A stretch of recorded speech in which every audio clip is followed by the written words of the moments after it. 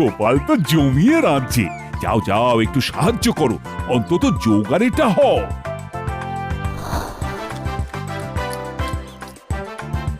শুভ নববর্ষ মন্ত্রী মশাই, নতুন বছর আপনার ভালো কাটুক। মন্ত্রী মশাই, খুব ভালো খাচ্ছি। বাবা, রান্নাটা যে কি ভালো করেছে। নতুন বছরের প্রথম দিন, তার মানে সারা বছরে মন্ত্রী মশাইয়ের বাড়িতে ভোজ খাবো। আজ খুব আনন্দ হচ্ছে। মন্ত্রী, এই নতুন বছরে একটা শপথ নাও, গোপালের সাথে আর বুদ্ধির খেলায় যেও না, কেমন?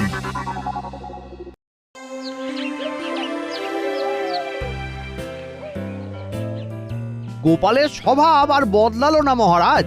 এই বছর শেষ হতে চললো, তবু ঠিকঠাক সময়ে গোপাল রাজসভায় এলো না। এই নিয়ে তো কিছুই বলেন না। ভালো মনে করিয়েছ।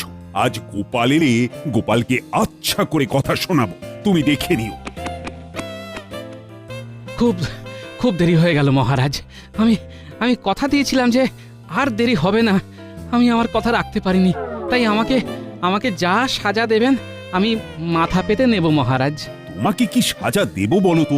যে নিজে এসে যেচে সাজা চায় তাকে কি সাজা দেওয়া যায়? কি বিজ্ঞানী! এটাই তো গোপালের গুণ মহারাজ। গোপাল জানে যে সে দেরি করে এসে অন্যায় করেছে, তাই শাস্তি আগে ভাগে চেয়ে নিয়েছে। ব্যাস, সাত খুন মাফ হয়ে গেছে। মহারাজের রাগ আর বিড়ালের আড়াই পা দুটোই সমান। বুঝলে মন্ত্রী, নিজে থেকে যে বিচার চায় তাকে ক্ষমা করে দেওয়াই উচিত, কি বলো? ঠিক আছে মহারাজ, কাল আমিও দেরি করে সভায় এসে ক্ষমা চেয়ে নেব। না না মহারাজ, একদম আমাকে ক্ষমা নয়, আমাকে শাস্তি দিন। আমি শাস্তি চাই। আমাকে শাস্তি না দিলে সবাই ভাববে আপনি আমার প্রতি পক্ষপাতিত্ব করছেন। না না, সে হবে না মহারাজ। আমাকে শাস্তি পেতেই হবে, তবে শাস্তিটা আপনি দেবেন মহারাজ, এই মন্ত্রী মশাই নয়। তুমি তো আমার ধর্ম সংকটে ফেললে গোপাল। আমি তো তোমাকে শাস্তি দিতে চাইছি না। অথচ আমি শাস্তি নিতে চাইছি। করেছি দোষ, দেব খোরপোশ।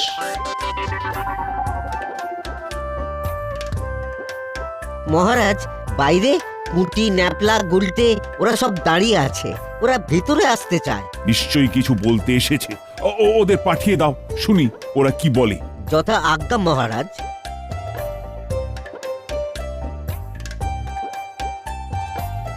আচ্ছা, তোমার বানর সেনা দল হঠাৎ করে এলো কেন বলো তো? বাড়িতে কি খিচুড়ি পাকিয়ে এসেছো? কি হয়েছে? ওরা এখন রাজসভায়, হাতে ওটা কি? গোপাল দাদু দিদার সঙ্গে ঝগড়া করে কিছু না খেয়ে চলে এসেছে। তাই দিদিমা গোপাল দাদুর জন্য কিছু শুকনো খাবার পাঠিয়ে দিল। আহা, এরই নাম ভালোবাসা। কি গোপাল, দেখো তো তোমার কেমন চওড়া কপাল। না না গোপাল, এটা ঠিক কথা নয়।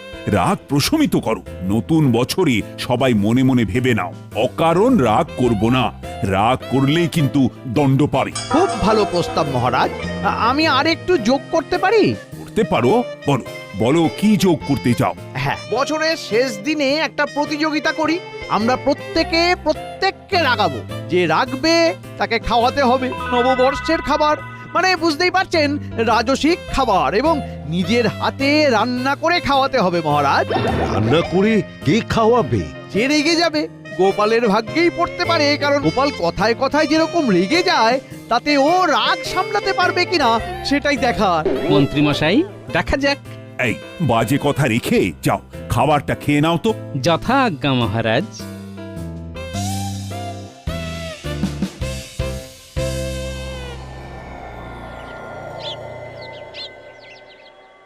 বছরের শেষ দিনে গোপালকে আমি এমন রাগিয়ে দেব যে গোপাল বুঝবে। হ্যাঁ, আপনার বুদ্ধির ওপর আমাদের সম্পূর্ণ আস্থা আছে। নিশ্চয়ই কিছু একটা ভেবে রেখেছেন। মহারাজের এই গোপাল প্রীতি আমার একদম ভালো লাগে না। কি আর করা যায়, মহারাজের উপর তো আর কথা বলা যায় না। তাহলে তোমরা প্রস্তুত? নববর্ষের দিনে গোপালের বাড়িতে ভোজ খেতে যাব। তার আগেই রান্নার পদ কি হবে সেটা আলোচনা করে নেব। মানে আমরা যে পদ বেছে দেব সেই পদ অনুযায়ী রান্না হবে, তাই তো? হ্যাঁ, সেটাই হবে। আমরা পালকে থাকবো না চামড়াতে থাকবো সেটা একটুখানি পরিষ্কার করে দিন। পালক নয়, হাসি মুখে খাসি। খাসি না হলে নতুন বছর জমে। শেষ পাতে লাল ক্ষীর দই। আহা, সেটা তো আগে থেকে না বলে দিলে সেদিনে পাওয়া যাবে না। আমি তো আগে থেকেই বলে দেব। কালই আমি লোক পাঠিয়ে নবদ্বীপের লাল ক্ষীর দই 10 হাঁড়ি বলে দিচ্ছি। ও, তার মানে ওই গোপালের ঘাড় ভেঙে নতুন বছরটা বেশ ভালোই জমবে, হ্যাঁ? একটা প্রবাদ জানো তো, বছরের প্রথম দিনে যেটা হয় সারা বছর ধরে সেটাই ঘটে। তার মানে বলতে চাইছেন সারা বছর ধরে গোপালের ঘাড় ভেঙে আমাদের ভালোই চলবে, হ্যাঁ? একটা সুযোগ পেয়েছি, গোপালকে চিবিয়ে খাবো। চলো চলো বাড়ি আই, আমাকে পরিকল্পনা করতে হবে তো। চলো।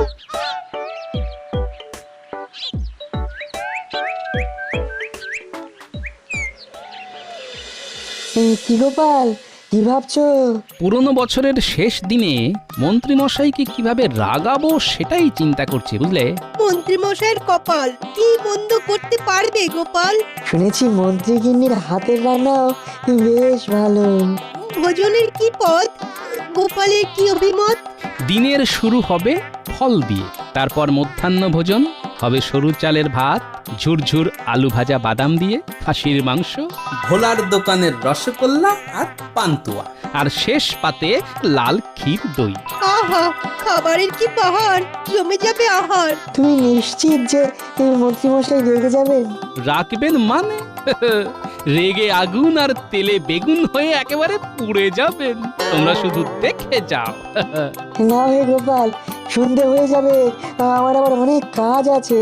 তোমরা এগো, আমি একটু ভোলার দোকান থেকে ঘুরে বাড়ি যাব। কেন ভোলার দোকানে এখন? নববর্ষ বলে কথা, মিষ্টির কথাগুলো আগে থেকে না বলে দিলে তখন যদি না পাওয়া যায়। ঠিক কথা। আসছি গো।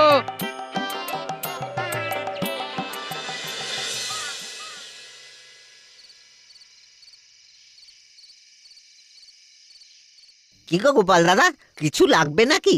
শোনো, নববর্ষের দিন 4 হাঁড়ি রসগোল্লা, 4 হাঁড়ি পান্তুয়া আর লাল ক্ষীর দই আনবে এবং এনে সোজা মন্ত্রীমশাইয়ের বাড়ি পাঠিয়ে দেবে। আর একটা কাজ তোমায় করতে হবে। কি কাজ?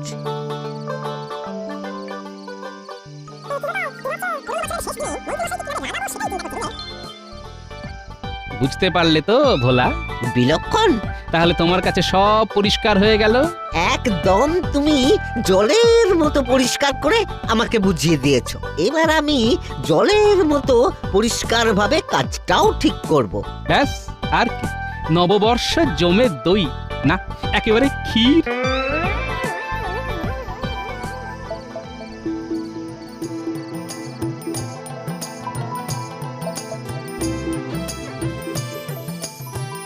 কি গো গিন্নি, এখানে এভাবে দাঁড়িয়ে কেন? আর বলো না, সকাল থেকে মনটা কেমন খচখচ খচখচ করছে। না খেয়ে চলে গেছো, আমার তো গলা দিয়ে খাবারই নামলো না গো। আচ্ছা, সকালবেলা আমাকে ওই রকম ভাবে কষ্ট দেওয়ার কোনো মানে আছে? হ্যাঁ, আর হবে না গো, এই বছরে এই শেষ রাগ। আমি প্রতিজ্ঞা করছি, আর আমি কোনো দিন রাখবো না। হ্যাঁ, এই দেখো তোমার আমার কেমন মিল। আমিও প্রতিজ্ঞা করেছি যে হট করে রেগে আর আমি যাব না। যে যতই রাগাক না কেন, আমি মাথায় বরফ চাপিয়ে রাখবো। এটাই আমার নতুন বছরের অঙ্গীকার। না, আমি খাবার বানিয়েছি। এই তুমি আমি দুজনে বসে খেয়ে নি। আহ, কি সুখ যে পেলাম আজ, এই আমি জন্ম জন্মান্তরে ভুলবো না। চলো গিন্নি, ঘরে চলো, হাত মুখ ধুয়ে দুজনেই খেতে বসি।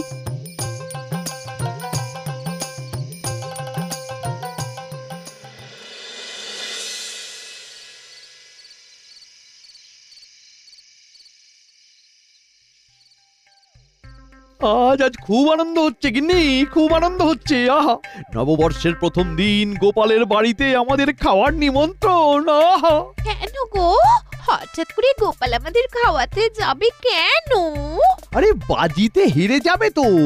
আমাদের তো কথাই হয়েছে যে বাজিতে হেরে গেলে নববর্ষের ভোজ খাওয়াতে হবে। ও গোপাল হেরে গেলে তোমাদের খাওয়াবে কি জানো সেই গাছে কাঁঠাল আর গোফে তিল দেওয়ার মতো ঘটনা।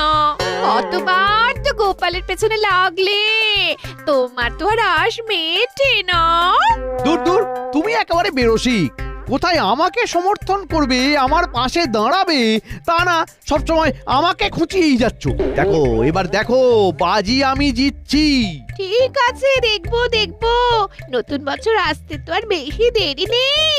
তা বাজিটা কি নিয়ে ধরেছিলে শুনি শুনি। আমাদের কথা হয়েছে যে চৈত্র সংক্রান্তিতে যে রেগে যাবে তাকে খাওয়াতে হবে। আর তুমি তো জানো গোপাল বদরাগী, পান থেকে চুন খসলেই রেগে যায়। আর তুমি আমাকে দেখেছো, 7 চড়ে রা কাটি না। তাই তো এত বিশ্বাসের সঙ্গে বলতে পারছি, জিতটা আমার শুধু সময়ের অপেক্ষা, বুঝলে? আমি অপেক্ষায় থাকলাম। ব্যাস, তোমার কাছে আর আমার কিছু চাওয়ারই নেই। আমরা শুধু সেই দিনকে হাত ধরাধরি করে গিয়ে পেট ভরে খেয়ে আসবো।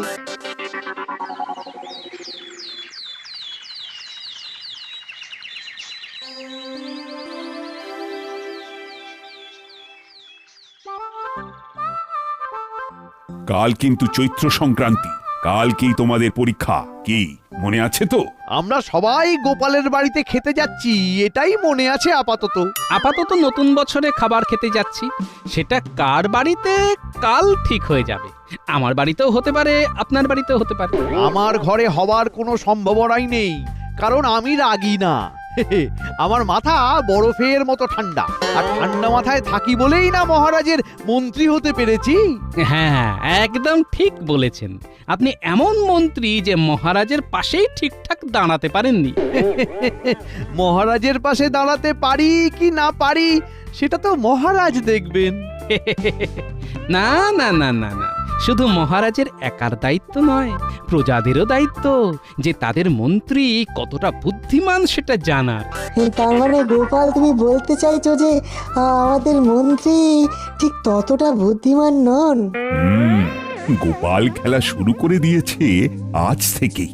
মন্ত্রী গোপালের বুদ্ধির কাছে হার মানবেই, এটা আমার বিশ্বাস। দেখা যাক, আর তো মাত্র কয়েক ঘন্টা। বলছি, তোমরা কি আজ থেকেই শুরু করে দিলে? আজ তো মহড়া, কাল যুদ্ধ। আজ হলো মহড়া, কাল মহারণ, পরশু মোদের বর্ষবরণ, আসছে নতুন সন। থাকবো আমি হাসি মুখে, খাবো ছানা বড়া, মন্ত্রী মশাই দেখবে আমায় চোখ করে ছানা বড়া। সে না হয় দেখা যাবে যে কে চোখ ছানা বড়া করে কার দিকে তাকায়।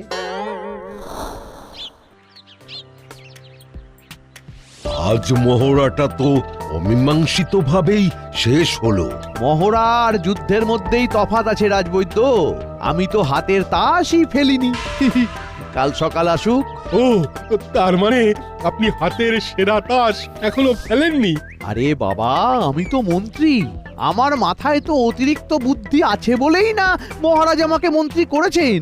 সব বুদ্ধি যদি যুদ্ধের মহড়াতেই দিয়ে দিই, তাহলে যুদ্ধের দিন করব কি? হ্যাঁ,